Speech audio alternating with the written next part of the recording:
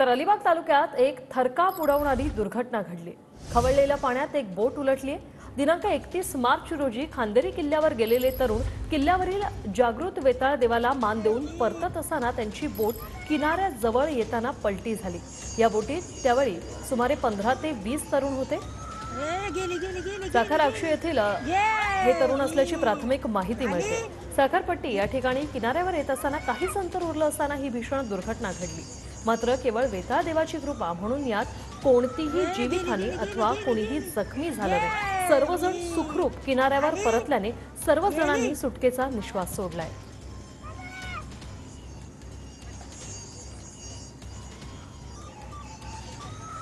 गेली गेली गेली गेली गेली गेली झाली गेली।